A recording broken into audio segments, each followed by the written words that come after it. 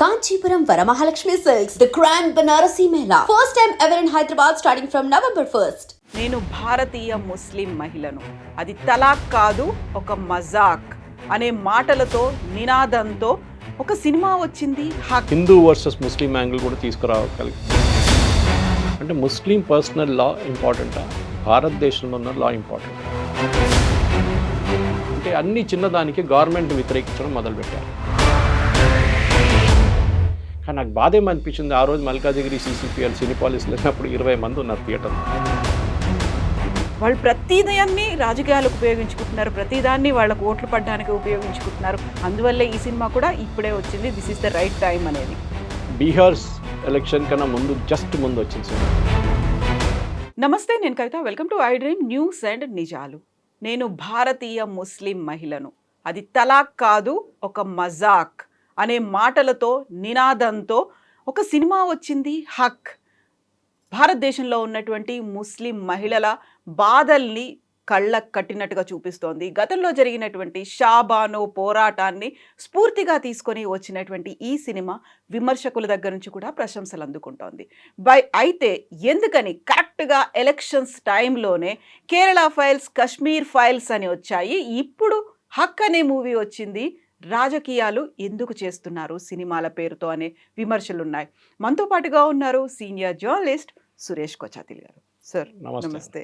So మనం ఒక first time ఒక సినిమా గురించి మాట్లాడుకుంటున్నాం.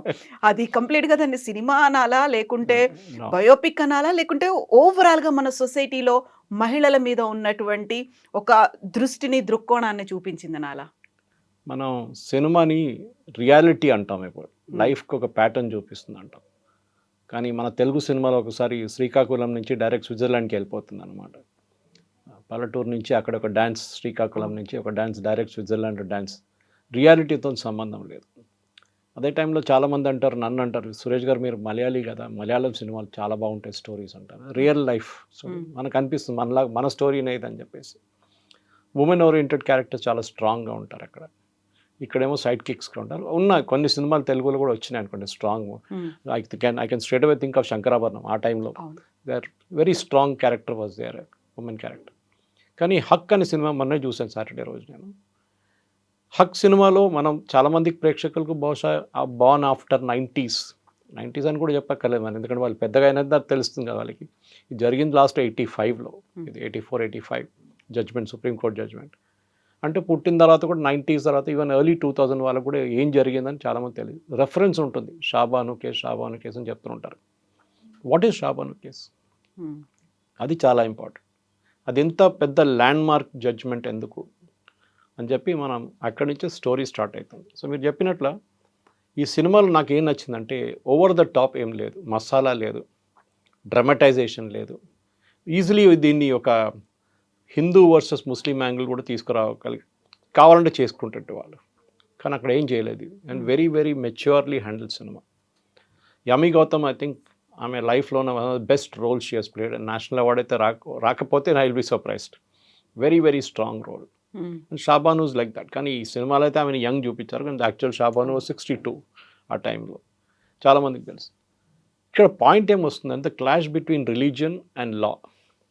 అండ్ సుప్రీంకోర్టులో కూడా 125 ఐపీసీ అప్పుడున్న ఐపీసీ ఇప్పుడు భారత్ న్యాయ సంఖ్య అయిపోయింది అనుకోండి, BNS అయిపోయింది. కానీ ఆ పాయింట్ మీద, ఎందుకంటే ఈ డిబేట్ చాలా రోజులు నడుస్తుంది కవిత గారు, నాకు ఇమ్మీడియట్గా గుర్తొచ్చేది షాబాను పక్కన పెడితే కూడా దానికన్నా ముందు 2 జడ్జ్మెంట్స్ వచ్చినాయి సుప్రీంకోర్టులో. అంటే ముస్లిం పర్సనల్ లా ఇంపార్టెంటా, భారతదేశంలో ఉన్న లా ఇంపార్టెంటా? In fact toward the ending the సుప్రీంకోర్టు జడ్జ్ రీడింగ్ అవుట్ చేస్తున్నప్పుడు జడ్జ్మెంటు యూనిఫామ్ సివిల్ కోడ్ గురించి మాట్లాడతారు. ఇదే యూనిఫామ్ సివిల్ కోడ్ గురించి చాలా కోర్టు, ఈవెన్ సుప్రీంకోర్టు చెప్పారు గవర్నమెంట్ దగ్గర తీసుకురండి, ఎందుకంటే మాకు ప్రాబ్లం ఉంది, మా దగ్గర వేలాది కేసులు పడినాయి ఇక్కడ, మేము ఏం చేయాలి ఈ కేసులతోని? Marriage, divorce, inheritance, adoption. దీంట్లో 4లో Hindu community is a different thing, Parsi community is a different thing, మీరు Muslim community, Christian community major తీసుకుంది. ఎందుకంటే సిక్కిజం అండ్ జైనిజం హిందూ కింద వస్తుంది డెఫినేషన్ కింద. మన అందరు తెలిసిందే ఈ డిబేట్ ఎప్పటి నుంచో నడుస్తుంది. అంబేద్కర్ గారు one of the reasons why resigned Nehru cabinet నుంచి హిందూ కోడ్ గురించి రిజైన్ చేశారు క్యాబినెట్ నుంచి. అది పెద్ద డిబేట్ ఇంకోటి. కానీ చట్టం అందరికి ఒకటే ఉండాలి. That is something we should all agree. మీ పర్సనల్లో మీ మ్యారేజ్ని, మీ రిచువల్స్ని మార్చడం ఎవరు చెప్పట్లేదు. కాజీ ఉన్నారో తీసుకొచ్చి కుబూల్ హే అన్నాడు, అదంతా use your thing. Same with Christian marriages. మీరు ఇప్పుడు చూడండి, చాలా మటుకు క్రిస్టియన్ మ్యారేజెస్లో కూడా హిందూ రిచువల్స్ చాలా వచ్చేసినాయి. నాకు ఇక్కడ తెలుగు చర్చెస్లో నేను ఎక్కువ వెళ్ళలేదు, కానీ మలయాళీ వెడ్డింగ్స్లో మంగళసూత్రం కట్టడం చాలా కామన్ అయిపోయింది చర్చెస్లో. బహుశా తెలుగు దాంట్లో కూడా ఉండొచ్చు. I have not attended much of Telugu weddings in the church. So చట్టాలు ఏంటి, that is very important thing. ఈ సినిమా స్టోరీ చెప్పే మన స్టోరీ అని లేదు దీంట్లో. It is a real life slice అన్నమాట. ఏం జరిగింది, ఎట్లా జరిగింది, ఎందుకు జరిగింది, అండ్ ఎగ్జాజరేషన్ అనేది లేదు. ఇమ్రాన్ హాష్మీ ఆల్సో చాలామంది అంటారు ఆయన యూజువల్ రోల్స్ మనకు అందరికి తెలిసిందే, చాలా డిఫరెంట్ టైప్ ఆఫ్ రోల్ చేస్తారు. కానీ దిస్ వెరీ మెచ్యూర్. ఆయన కూడా కొంచెం వైలెంట్ క్యారెక్టర్ కూడా బిహేవ్ చేస్తే కూడా we will not be surprise, కానీ చేయలేదు. ఇన్ఫాక్ట్ ఆ సీన్లో, ఆ మూవీలో ఒక సీన్ ఉంది, కవిత గారు, I don't want to play spoiler for people who not watched it, ఇంకా చూడని వాళ్ళని స్పాయిలర్గా ఉండను, కానీ ఒక సీన్లో మూవీ స్టోరీ మొత్తం వచ్చేస్తుంది. ఈమె పెళ్లి చేసుకొని, షాజియా అని దాంట్లో ఆమె పేరు, షాజియా వచ్చి కిచెన్కి వస్తుంది అనమాట. ఫస్ట్ టైం వాళ్ళ హస్బెండ్ ఇంట్లో కిచెన్కి వచ్చినప్పుడు కుక్ అక్కడ కుక్ చేస్తుంది. ఆమె అంటది, ఈమె 3 కుక్కర్లు చూస్తుంది అక్కడ. ఇదేంటి 3 కుక్కర్లు ఉంది ఇక్కడ అంటే, హమారే సాహెబ్ एक कुकर खराब हो गए तो दूसरे खरीदते हैं, दूसरा खरीद तो तीसरे खरीदते हैं. అలాగే ఉంటాయి. మా ఆయన, మా సారు ఒక కుక్కర్ స్పాయిల్ అయితే దాన్ని రిపేర్ చేయరు, కొత్తగా కొనుక్కుంటారు. అది ఖరాబ్ అయితే మళ్ళీ ఇంకో కొనుక్కుంటారు. తర్వాత మూవీలో అదే సీన్ రిపీట్ అవుతుంది. అంటే ఆయనకి ఫస్ట్ వైఫ్ నచ్చకపోవడమో లేకుంటే ఏదైనా రీజన్ కానీ he goes for a second wife. అక్కడే ప్రాబ్లమ్స్ అంతా స్టార్ట్ అవుతుంది. సో తర్వాత మనం రికలెక్ట్ చేస్తున్నప్పుడు అదే సీన్ మనకు గుర్తొస్తుంది, ఎందుకు ఆయన మెంటల్ మేకప్ గురించి గుర్తొస్తుంది. And Imran Hashmi acted mature, is a lawyer, same as usual in the real లైఫ్లో కూడా వాళ్ళ Maulana, I think he was also lawyer. Yami Gautam తర్వాత I think one of the strongest characters వాళ్ళ వెరీ వెరీ మెచ్యూర్ క్యారెక్టర్. అంటే ఒక మహిళ అంట వాళ్ళ పేరెంట్స్ ఎట్లా ఉండాలి అనేది I think that movie shows it. మన దగ్గర చాలామంది పేరెంట్స్ నేను చెప్తుంటాను, మీ అమ్మాయి మన సూసైడ్ గురించి వింటాం, అమ్మాయి సూసైడ్ చేసుకుంది వాళ్ళ ఇన్లాస్ ఇంట్లో అని, వీళ్ళు ఏడుస్తారు, అన్నీ చేసి కేసు వేస్తారు. మీ అమ్మాయి ఆ ఇంట్లో ప్రాబ్లంలు ఉన్నప్పుడు మీరు ఆమెను ఎందుకు అక్కడ ఉంచుకుంటారు? You should bring her back. As a parent me responsibility.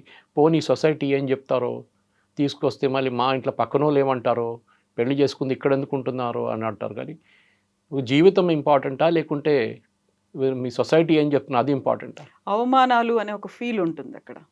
అది ఇప్పుడు కూడా పేట్రియాకల్ అని మాట్లాడతారు చూడండి. పేట్రియాకల్ కాదు, in this movie the father is the strongest character ఇక్కడ. అది చాలా important. Even Muslim personal law board ముందు జరిగే ఒక ఆర్గ్యుమెంట్లో ఈమె ఖురాన్ గురించి చెప్తుంది. She is a authority on Quran that in the movie Yami Gautam is shown as. ఎంత బాగా ఆర్గ్యూ చేస్తుందంటే, ఒక లాయర్ ఆర్గ్యూ చేసేగానే ఎక్స్పర్ట్గా ఆమె ఆర్గ్యూ చేస్తుంది ఖురాన్ గురించి. Even the Supreme court when she argues personal argue చేస్తుంది. బికాజ్ రియల్ లైఫ్లో అట్లా జరగలేదు అనుకోండి, కానీ that is a cinematic Liberty ఒకటి. కానీ నాకు ఒకటి అనిపించింది ఏంటంటే, ఆ ఫాదర్స్ క్యారెక్టర్, అమ్మాయి వాళ్ళ ఇంటికి తిరిగి వచ్చినప్పుడు 3 పిల్లలతోని దే యాక్సెప్టెడ్ హర్ ఇమీడియట్లీ. ఉండండి అమ్మ, ఇక్కడే ఉండండి, ఏం కాదు. వాళ్ళ అమ్మగారు అప్పుడు కూడా చెప్తున్నారు, ఎందుకు వచ్చావు, అక్కడ ఉండొచ్చు కదా, అడ్జస్ట్ చేసుకోవచ్చు కదా అని. No, very clearly. So I think ఒక స్ట్రాంగ్ మెసేజ్. ఈ సినిమా చూడలేని వాళ్ళు కూడా వెళ్ళి చూడాలి, ఎందుకంటే it is there in English subtitles. సో మీ హిందీ కన్నా ఎక్కువ ఉర్దూ వాడతారు. అర్థం కాకపోతే కూడా Urdu words also are translated into this. And పాటలు కూడా చాలా మర్జ్ చేశారు సినిమాల్లో. చాలా ప్లేసెస్లో బ్యాక్గ్రౌండ్ మ్యూజిక్ లేకుండా సైలెన్స్ ఉంటుంది. అది అర్థం చేసుకోవాలి మనం. ఒక హస్బెండ్ వైఫ్ కాన్వర్జేషన్లో ఒక డిఫరెన్స్ ఆఫ్ ఒపీనియన్ రాగానే ఆ సైలెన్స్ ఇస్ వెరీ ఇండికేటివ్. అంటే గ్యాప్ మొదలైందన్నమాట. That gap is started widening అనేది. తర్వాత సుప్రీంకోర్టులో కూడా ఆర్గ్యుమెంట్ చేస్తున్నట్టు సర్టన్ పాయింట్స్ మొత్తం ఆగిపోతుంది. అసలు పిన్ డ్రాప్ సైలెన్స్ అంటారు చూడండి ఇంగ్లీష్లో, can hear pin drop immediately. సినిమాలో నాకు నచ్చింది మెసేజ్. ఎందుకంటే 125 CR అప్పుడు ఐపీసీలో ఉన్న లా ప్రకారం హిందూ ముస్లిం దాంట్లో ఈ చట్టాలు పనికిరావు, అందరికీ ఒకటే చట్టం ఉండాలి.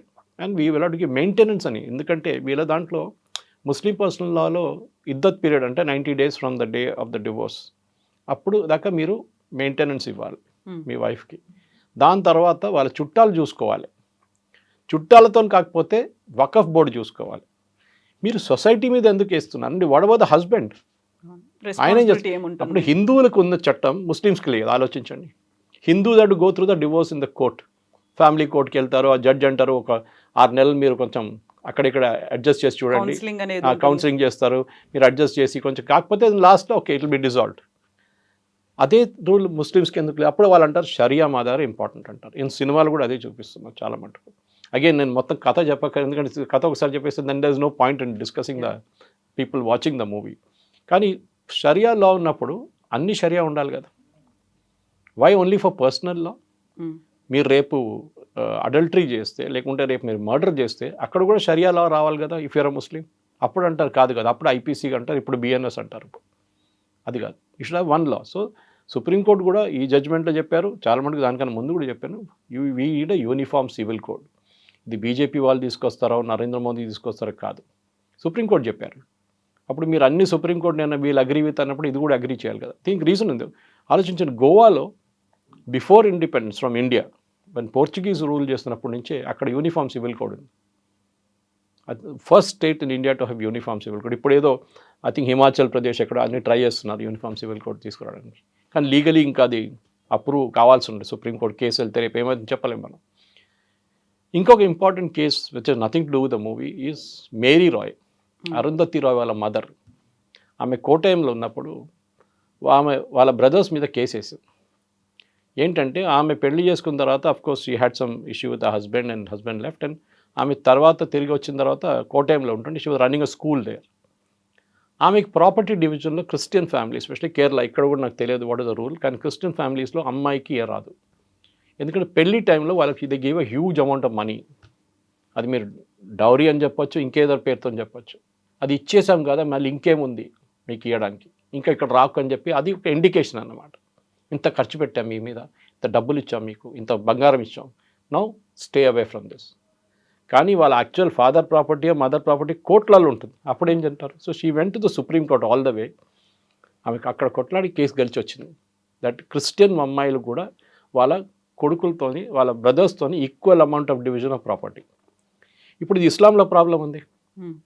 అక్కడ అమ్మాయికి షీ గెట్స్ అ పిటెన్స్ చాలా తక్కువ. I think it's 1/3 of what ever some last brother property నుంచి ఏదో ఒక క్యాల్కులేషన్ ఉంది అది. కానీ నథింగ్. ఇప్పుడు మా దాంట్లో నాయర్ మేనన్ కమ్యూనిటీ ఫ్రమ్ కేరళ, మర్మత్తక్క ఏమంటారు మా దాంట్లో, that is we take the mother's house name. Kochattil అనేది మా అమ్మగారి ఇంటి పేరు కేరళ. మా వారసత్వం అమ్మగారి సైడ్ నుంచి వస్తుంది, నాన్నగారి సైడ్ నుంచి కాదు. ఇప్పుడు కొంచెం మారింది అనుకోండి అక్కడ ఇక్కడ. ఇప్పుడు అమ్మాయిలందరూ వాళ్ళ ఫాదర్ పేరే వాడుతున్నారు చాలామంది. కానీ ప్రాపర్టీ డివిజన్ టిల్ రీసెంట్లీ అంటే ఒక 20 years ముందు దాకా మొత్తం ప్రాపర్టీ అమ్మాయికి వెళ్ళిపోతుండే కంప్లీట్గా. కానీ ఇప్పుడు కొంచెం మారింది అనుకోండి. ఇప్పుడు చాలామంది అమ్మాయిలు అంటున్నారు we will share with our brothers, మాకెందుకు గొడవ, ఒకటే వాళ్ళు అమ్మకు పుట్టాం కదా మేమందరం, వీ విల్ డివైడ్ అని చెప్పి డివైడ్ చేసుకుంటున్నారు. కానీ ఆలోచించడం ఎందుకు చేశారు, ఆ సిస్టమ్ ఎందుకు తీసుకొచ్చారంటే ఒక సెక్యూరిటీ అమ్మాయికి. ఈ సినిమాలు కూడా అంతే కదా, మెయింటెనెన్స్ కోసం చిన్న అమౌంట్ 140 రూపాయలకు ఆ రోజున్న అమౌంట్కి అడిగితే నేను అది కూడా ఇవ్వను పో అని చెప్పాను మనిషి. సో వీరికి ఒక ఫైనాన్షియల్ సెక్యూరిటీ కావాలంటే ఒక ప్రాపర్టీ మీ పేరు మీద ఉంటే మీకు ఒక ఫైనాన్షియల్ సెక్యూరిటీ ఉంటుంది. రేపు ఎవడైనా ఇక్కడ నుంచి దిగు బయటికి వెళ్ళని చెప్పడానికి వాళ్ళకి అధికారం లేదు. ఇక్కడ ఈ రోజుల్లో మనం ఏం చూస్తున్నాం అంటే కవిత గారు, చాలా మట్టుకు ఇప్పుడు సినిమాలు చూపించే కానీ రియల్ లైఫ్లో కూడా మనం చూస్తున్నాం, young couples they are not able to adjust ఎక్కువ. పాత దాంట్లో మనం ఇంట్లో ఎట్లనో అడ్జస్ట్ ఇదే సేమ్ సొసైటీ ఏం చెప్తారో వాళ్ళు ఏమనుకుంటారో వద్దని చెప్పేసి. కానీ ఇప్పుడున్న వాళ్ళకి ఆ కమ్యూనికేషన్స్ లింక్ ఎప్పుడో స్నాప్ అయిపోయింది. చిన్న దాని మీద ఆర్గ్యుమెంట్లు మొదలై డివోర్స్. ఇప్పుడు మీరు ఫ్యామిలీ కోర్టుకి వెళ్తే, నాంపల్లి కానివ్వండి, సికింద్రాబాద్కి వెళ్తే ఎంతోమంది వెయిట్ చేస్తుంటారు డివోర్స్ కోసం. అంటే వాళ్ళకి పేషెన్స్ లేదు, they don't have patience to deal. Difference opinion ఉంటుంది ఎవరికి, నో మ్యారేజ్ ఇస్ పర్ఫెక్ట్, అక్కడ ఇక్కడ ఏదైనా ఇష్యూస్ ఉంటుంది ఎప్పుడు. But you have to somehow realise but better good, at least పిల్లలు పెద్ద అయ్యేదాకా చూసుకుంటారు. సో హక్లో కూడా ఆమె వాళ్ళ పిల్లల కోసం కొట్లాడుతుంది. 3 పిల్లలు ఉన్నారు, ఒక అమ్మాయి 2 అబ్బాయిలు. వాళ్ళ కోసం ఆమె చెప్తుంది, నా కోసం కాదు డబ్బులు, వాళ్ళ కోసం. చిన్న పని చేసుకుని కుట్ల మిషన్ పెట్టుకుని ఆమె పాపం ఆమె ఇంట్లో షీఈ్ మేకింగ్ సమ్ మనీ. కానీ వీళ్ళ దగ్గర 140 రూపాయలు ఇవ్వమంటే నేను ఇయ్యను పో, నువ్వేమైనా చేసుకో. మా పర్సనల్ లా ఇదే చెప్తుంది.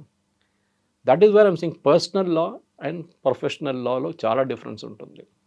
మీరు ఒక దేశంలో ఉన్న, మన సెక్యులర్ దేశం అంటాం మనం. సెక్యులరిజం అని మన దేశంలో తప్పు, అట్లని కాన్సెప్టే లేదు యాక్చువల్లీ. సెక్యులరిజం వర్డ్ వచ్చింది ఇంగ్లాండ్ నుంచి, చర్చ్ ఆఫ్ ఇంగ్లాండ్ నుంచి, అండ్ స్పెషలీ వాళ్ళ పార్లమెంట్ నుంచి, హౌస్ ఆఫ్ లార్డ్స్లో 18th century 19th centuryలో కూడా చాలామంది బిషప్స్ వచ్చి కూర్చుంటారు అక్కడ. వాళ్ళ దగ్గర బిషప్స్ ఆర్ నామినేటెడ్. మన దగ్గర చేస్తే ఆలోచించండి ఒకసారి, కొంచెం స్వామిని తీసుకొచ్చి రాజ్యసభలో కూర్చోబెడితే అంతే సంగతి ఇక్కడ. ఎనీవే అక్కడ అది చేస్తున్నారు. సో వాళ్ళు ఏం చేశారంటే అన్ని చిన్నదానికి గవర్నమెంట్ని వ్యతిరేకించడం మొదలుపెట్టారు, అక్కడున్న బ్రిటిష్ గవర్నమెంట్ని.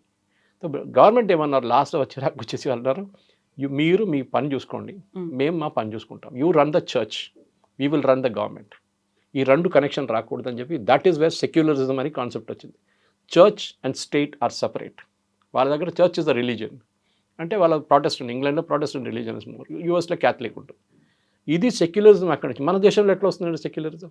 సో మన దేశంలో సెక్యులరిజం మీనింగ్ ఏంటంటే if you are a Hindu or if you are don't take anything you are secularism, secular.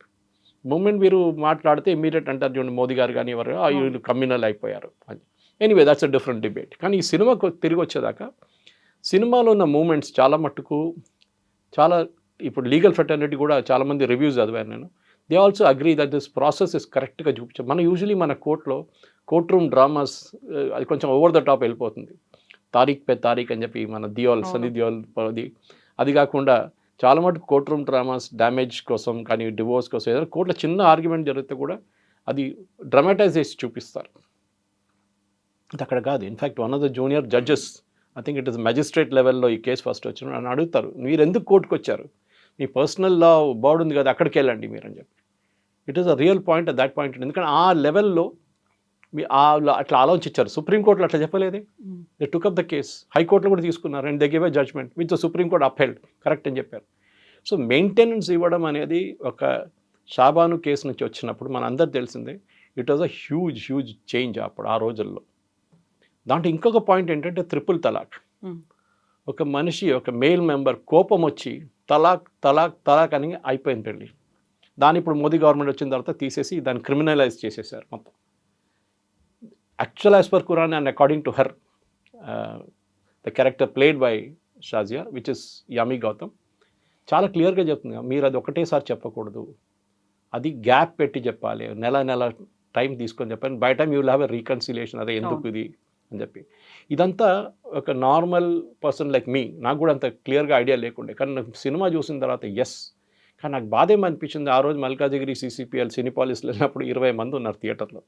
Okay, ఇట్లాంటి మంచి సినిమాలకు కలెక్షన్ బాగానే ఉందంటున్నారు, కానీ మన దగ్గర కూడా అప్రిషియేట్ చేసే ఆడియన్స్ లేరు. మన దగ్గర హీరో వచ్చి 40 మందిని కొడితేనే సినిమా, అది కాకుండా సినిమా కాదు. అది ఒక 5 పాటలు లేకుండా సినిమా లేదు. అది కూడా డిస్కో లాంటి పాటలు, అది ఇది ఫ్లో షార్ట్ 400 మంది డ్యాన్స్ చేస్తున్న షార్ట్స్ ఉంటే అది సినిమా. రియల్ లైఫ్ సినిమా చూడడానికి చాలామంది అంటారు ఇక్కడే ఇంట్లోనే ఏడుచుకుంటాం, మళ్ళీ అక్కడ వెళ్ళి ఎందుకు ఏడవడం మళ్ళీ థియేటర్లో అని చెప్పేసి.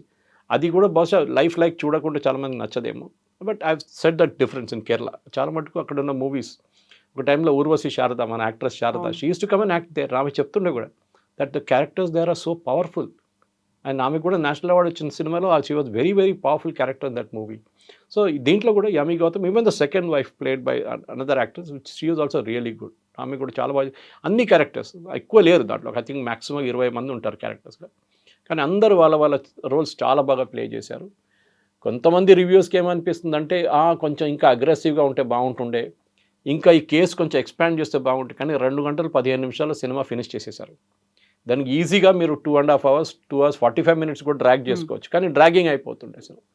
బట్ టు ద పాయింట్, ఏం జరిగింది, షాబాను కేసు ఏంటి, లాస్ట్లో రాసి చూపిస్తారు that this is what happen. Supreme court ruling వచ్చిన తర్వాత మన అందరికి తెలుసు రాజీవ్ గాంధీ గారు ఏం చేశారని. ఉన్న ముస్లిం ఉలేమాలు వీళ్ళందరూ వచ్చి ప్రెషర్ పెట్టి ముస్లిం పార్టీ పెట్టినప్పుడు ఈ జడ్జ్మెంట్ని రివర్స్ చేసేసారు ఆయన చేసిన అన్నిటికంటే పెద్ద తప్పు. ఈవెన్ టుడే కాంగ్రెస్ ఎక్కడి నుంచి కిందకి దిగిందంటే ఆ పాయింట్ నుంచి కాడింది. ఈ రోజు దాకా కాంగ్రెస్ రికవర్ కాలేదు. ఏ రోజు రాజీవ్ గాంధీ గారు చేశారో, ఆ తప్పు చేశారో, ది హిందూ స్టార్టెడ్ రియలైజింగ్ ఇది ఒక కమ్యూనిటీ కోసం, ఒక రిలీజియన్ కోసం ఈయన మొత్తం చట్టమే మార్చేస్తున్నాడు, సుప్రీంకోర్టునే ఇచ్చిన డిసిషన్ మార్చేస్తున్నాడు, మళ్ళీ మేమేం చేయాలని చెప్పేసి. ఆ రోజు నుంచి చూడండి, Congress has never got a majority of its own. ఎప్పుడు రాలేదు వాళ్ళకి మెజారిటీ 84 తర్వాత. That the year which Indira Gandhi got kill. ఆ సింపతి వేవ్లో వచ్చిన దాని తర్వాత రాజీవ్ గాంధీ గారు చనిపోయినప్పుడు కొంచెం సింపతి వేవ్ వచ్చింది అనుకోండి, కానీ that didn't last for long. The problem is simple, that కాంగ్రెస్కి ఆ రోజు చేసిన తప్పు, రాజీవ్ గాంధీ గారు చేసిన తప్పు ఇవాళ దాకా వాళ్ళు అగ్రీ చేయట్లేదు. మోదీ గారు ట్రిపుల్ తలాక్ చేసినప్పుడు వీళ్ళంతా ఇంత పెద్ద గొడవ చేశారు, కానీ ముస్లిం మహిళలు దాన్ని అప్రిషియేట్ చేశారు. మీ personal law is your personal law. మళ్ళీ అది రిపీట్ చేస్తున్నాను నేను. సిక్కిజంలో మీ గురుద్వారాలో పెళ్లి జరుగుతుంది, that is very very sacrosanct, దాంట్లో చేంజెస్ లేదు. Jain community same thing, Parsi same thing. వీళ్ళందరికీ సపరేట్ చట్టాలు, కానీ they all come under the uniform civil code. ఇప్పుడు పార్సీ చూడండి, పార్సీ దాంట్లో ఇఫ్ ఎ పార్సీ గర్ల్ ఒక బయట నుంచి ఇంకో రిలీజియన్ ఆయన పెళ్లి చేసుకుంటే షీఈ్ ఎక్స్కమ్యూనికేటెడ్ ఫ్రమ్ ద ఫెయిత్. ఆమెను రానియర్, మరి పార్సీలోకి కలుపుకోరు. అండ్ ఆమె ఫైర్ టెంపుల్, వాళ్ళ టెంపుల్ లోపల రానియరు. అగైన్ ఒక డిస్ప్యూట్. ఆ టైంలో ఇప్పుడు కూడా వాళ్ళ పాపులేషన్ చాలా తక్కువ. మీరు ఏం చేస్తారు? మీరు ఆ పాపులేషన్ తక్కువ ఉన్నప్పుడు you have to increase the population, అంటే you have to marry outside the faith. కానీ వాళ్ళ ఓన్ రిలీజన్, వాళ్ళ ఓన్ ఫెయిత్, ఎందుకంటే వాళ్ళు పార్సీ వాళ్ళందరూ వచ్చింది ఇరాన్ నుంచి వచ్చారు, మనకు అందరూ తెలిసింది, అక్కడి నుంచి వచ్చిన రిలీజన్ అది. కానీ మన దగ్గర కూడా చాలా మటుకు ఒక మిస్అండర్స్టాండింగ్ లోపల సినిమాలు చాలా బాగా చూపిస్తారు. That she is fighting for a cause, not for anything else. Cause కోసం ఫైట్ చేస్తున్నాను నేను, మా పిల్లల కోసం ఫైట్ చేస్తున్నాను. And that has come out very very strong in the cinema. చాలా బాగా చేశారు. నాకు నచ్చింది ఏంటంటే ఎన్నో ప్లేసెస్లో ఒక మసాలా కలపడానికి ఈజీగా ఛాన్స్ ఉండే, కొంచెం ఏడవడం ఎక్కువ, లేకుంటే సింపతి ఫ్యాక్టర్ తీసుకురావడంలో ఏం చేయలేదు. రియల్ లైఫ్ లాగా చూపించారు. బహుశా కొంతమందికి నచ్చకపోవచ్చు, ఎందుకంటే చాలా సీరియస్ సినిమా, ఏంటిది పాటలు ఎక్కువ లేవు, పాటలు అస్సలు లేవు, సాంగ్స్ ఆర్ ఇన్ బిట్వీన్ ఇట్లా తీసుకొస్తున్నారు, కానీ రన్నింగ్ అరౌండ్ ద ట్రీస్ ఏం లేదన్నమాట అక్కడ, అసలు ఏం పెట్టలేదు వాళ్ళు అట్లా. బట్ ఓవరాల్ ఐ థింక్ ఒక స్లైస్ ఆఫ్ లైఫ్ అని చెప్తాం మనం. ఎందుకంటే పాత బాసు చాటర్జీ సినిమాలు, అప్పుడున్న సినిమాలు అంతా చూస్తే మనకు ఫ్యామిలీ డ్రామా అని చెప్తుంటాం మనం ఇప్పుడు. బహుశా అట్లానే ఒక ఫ్యామిలీ డ్రామా అది, డిఫరెంట్ జానర్ ఆఫ్ కోర్స్. చోటీ సీ బాత్ ఉండొచ్చు, ఆ టైంలో ఘరౌండా ఉండొచ్చు. ఆ సినిమాలు అన్నీ చూస్తే ఒక స్లైస్ ఆఫ్ లైఫ్ తీసుకొచ్చారు, ఒక రియల్ స్టోరీని తీసుకొచ్చారు. బహుశా ఇట్లాంటి చాలా లీగల్ స్టోరీస్ ఉండొచ్చు మన దాంట్లో, కానీ షాబాను కేసు ఒక టర్నింగ్ పాయింట్ ఉండే ముస్లిం పర్సనల్ లాలో, ముస్లిం మహిళల కోసం, రైట్స్ కోసం. అండ్ దాట్ ఐ థింక్ చాలా బాగా రిఫ్లెక్ట్ చేశారు ఈ సినిమా. 1985లో అయిన ఇష్యూ, ఆ తర్వాత ముస్లిం పర్సనల్ లా బోర్డు షరియా గురించి చాలా మాట్లాడుకున్నారు. 2019లో అనుకుంటాను ట్రిపుల్ తలాక్ని బ్యాన్ చేశారు. But now we are in 2025. ఎందుకని ఇంత గ్యాప్ తీసుకొని, అది కూడా బ్యాకప్ ఏమైనా బీజేపీ లాంటి ఒక ఆర్గనైజేషన్ ఏమైనా చేస్తుందా అనేది? కేరళ ఫైల్స్ ఎలక్షన్స్ ముందు వచ్చింది అన్నారు, కశ్మీర్ ఫైల్స్ కూడా అలాగే వచ్చిందని. బీహార్ ఎలక్షన్స్ టైంలోనే హక్ అనేది రావడం కూడా, వాళ్ళు ప్రతిదాన్ని రాజకీయాలకు ఉపయోగించుకుంటున్నారు, ప్రతిదాన్ని వాళ్ళకు ఓట్లు పడ్డానికి ఉపయోగించుకుంటున్నారు. అందువల్లే ఈ సినిమా కూడా ఇప్పుడే వచ్చింది, this is the right time అనేది. బీహార్ ఎలక్షన్ కన్నా ముందు, జస్ట్ ముందు వచ్చిన సినిమా ఇది. సో బీహార్ ఎలక్షన్ని ఇన్ఫ్లుయెన్స్ చేయడం, ఇంపాక్ట్ చేయడం ఏం లేదు, ఎందుకంటే ఒకటే స్టేట్ అది. కానీ ఐ థింక్ ఓవరాల్ ఇప్పుడు మీరు నెక్స్ట్ ఎలక్షన్ 2029 ఎలక్షన్ ముందు తీసుకొచ్చారంట. అప్పుడు అంటారు ఎలక్షన్ ముందు ఎందుకు తీసుకొచ్చారంటారు ఆ టైంలో. డెజ్ టైం లేదండి దేనికి. ఇప్పుడు కేరళ ఫైల్స్లో చూపించిన స్టోరీ ఐ వాజ్ ఇన్వాల్వ్డ్, ఒక పార్ట్ దాకా నేను ఇన్వాల్వ్డ్ ఉన్నాను దాంట్లో. కొన్ని దాంట్లో యాక్ట్ చేసిన క్యారెక్టర్స్ని రియల్ లైఫ్ క్యారెక్టర్స్తో డీల్ చేశాను నేను, ఇంటర్వ్యూలు కూడా చేశాను వాళ్ళతో, కేరళలో ఉన్న అమ్మాయిలతో. ఆర్ష విద్యా సమాజం అని చెప్పి ట్రివాండ్రంలో 6,000 మంది అమ్మాయిల్ని తిరిగి హిందూ కమ్యూనిటీకి తీసుకొచ్చారు వాళ్ళు. వీళ్ళందరి లవ్ జిహాద్లో తీసుకెళ్ళి they have bought them back. So ఎవరైనా అంటే లేదు 3 అమ్మాయిలు వెళ్ళారు 30,000 వెళ్ళలేదంటే ఆర్ష విద్యా సమాజంకి వెళ్ళండి ట్రివాండ్రంలో. మనోజ్ అని చెప్పి అక్కడ chief, he is main man there, Acharya Manoj, ఆయన కలవండి. చాలామంది అమ్మాయిలు ఉన్నారు అక్కడ, వాళ్ళని కలవండి. They are full time volunteers. ఈ అమ్మాయిలు తీసుకొస్తున్న వాళ్ళని కౌన్సిల్ చేయడం, రిటర్న్ తీసి. సో స్లైస్ ఆఫ్ లైఫ్ ఉండే అది కూడా. కశ్మీర్ ఫైల్స్ ఎక్కడ తప్పండి, పండితులతో జరగలేదా? అది జరిగిందే కదా. దాంట్లో చూపించిన సీన్, ఎయిర్ ఫోర్స్ ఆఫీసర్ ముగ్గురిని చంపుతున్నది టెర్రరిస్ట్ యసీన్ మలిక్ చూపిస్తే అప్పుడు చూపించలేదండి, అది కూడా చూపించారు ఆ టైంలో. అంత జరిగిందే. కానీ ప్రాబ్లం ఎక్కడంటే మనకి పొలిటికల్ ఇన్కన్వీనియన్స్ ఉంటుంది. అది చూపించగానే ఎందుకు అయిపోయింది కదా మొత్తం, మళ్ళీ దీంట్లో అంటారు ఒక డైలాగ్ కూడా ఉంది, క్యో ముర్దోంకో ఫిర్ నికల్ రే బార్, అంటే చనిపోయిన వాళ్ళని మళ్ళీ మీరు ఎందుకు బయట తీస్తున్నారు, గడే ముర్దోం క్యో బాహర్ నికల్ రే అని. సో లెట్ స్లీపింగ్ డాగ్స్ లై అంటారు, కానీ షిండ్లర్స్ లిస్ట్ చూసి ఉంటారు మీరు. Your seen classic movie, real life story. మళ్ళీ దాంట్లో కూడా చెప్పొచ్చు కదా, ఎందుకండి ఎప్పుడో అయిపోయిన నాట్సీది, ఎప్పుడో అయిపోయిన జ్యూస్తో మళ్ళీ ఎందుకు తీసుకొచ్చారు ఇదంతా. సో సినిమాలు అనేది they are part of life. మన ప్రాబ్లం ఏంటంటే మనం దాన్ని ఎంటర్టైన్మెంట్గా చూసుకుంటాం. షిండ్లర్స్ లిస్ట్ వచ్చినప్పుడు అందరు చప్పట్లు కొట్టారు, ఆస్కర్ ఇచ్చారు, Steven Spielberg became N instant celebrity. Not that he was not, దానికన్నా ముందు కూడా ఆయన బట్ జరిగిన రియల్ లైఫ్ ఇన్సిడెంట్ అది. ఇంకా చాలా ఉన్నాయి మన దాంట్లో. ఇప్పుడు సాంబాజీ సినిమా వచ్చింది, వచ్చినప్పుడు చాలామంది అన్నారు ఇది నిజమా? Yes, it's a real life story. అప్పుడు దాకా శివాజీ తెలుసు కానీ సాంబాజీ ఎవరంటే తెలియదు. సో మన పిల్లలకు కూడా it's like A history lesson అది. ఇది for the mature audience this is a history lesson. ఏం జరిగింది అప్పుడు, ఇప్పుడున్న యంగ్స్టర్స్కి, ఇప్పుడున్న 25, 30, 40 ఉన్న వాళ్ళు కూడా 1985లో ఏం జరిగింది అప్పుడు, ఎట్లాంటి ఒక lady with absolute no support from society, వాళ్ళ సొసైటీ నుంచి ఆమెను బయటకు తీసేశారు వాళ్ళు రిలీజన్ కోసం. రిలీజన్ మీరు మా రిలీజన్ని తీసుకెళ్ళి మీరు కోర్టు దాకా తీసుకొస్తారని డైలాగ్ కూడా ఉంది ఆ సినిమాలో. ఎందుకు తీసుకొచ్చావు, మన రిలీజన్ ఎందుకు తీసుకెళ్ళావు కోర్టు దాకా, అప్నా షరియాకు క్యో లేకే కోర్టు తక్, దట్ ఇస్ ద ఫైట్. దాన్ని మనం అప్రిషియేట్, అది రిలీజన్ అని సంబంధం లేదు, ఎనీవేర్. నేను చెప్తాను ఇప్పుడు కూడా చాలామంది, నాకు అప్పుడే బాధ అనిపిస్తుంది, హెరాస్మెంట్ చేస్తున్న చాలామంది అమ్మాయిలు పాపం, వాళ్ళు they are suffering in silence. Please ఈ సినిమా ఒక మోటివేషన్గా తీసుకోండి. మీకు ఒక సపోర్ట్ సిస్టమ్ ఉంటుంది, మీకు అడ్వకేట్లకి డబ్బులు ఇవ్వడం అదంతా సెకండరీ. ఫ్రీగా ప్రోబోనో పనిచేసేటోళ్ళు చాలామంది ఉన్నారు, సొసైటీలో ఉన్నారు చాలామంది, కౌన్సిలింగ్ చేసే మీలాంటి వాళ్ళు ఉన్నారు. You can go and motivate people and say no, you should stand up and fight. And Shah Bano case was one such case. ఒక ముస్లామే పాపం ఏం లేకుండా 140 రూపాయలు మెయింటెనెన్స్ ఇయరా నెలకని చెప్పి, and that other guy is a lawyer, very rich lawyer, నేను ఇవ్వను పో, మా రిలీజన్ పర్మిట్ చేయట్లేదంటే ఎంటైర్ కేసుని తీసుకొచ్చి సుప్రీంకోర్టు దాకా వెళ్ళిన దాన్ని మెచ్చుకోవాలి. And that is a slice of history మనకు చూపిస్తుంది. Yes sir, thank you so much. Thank you very much. Thank you.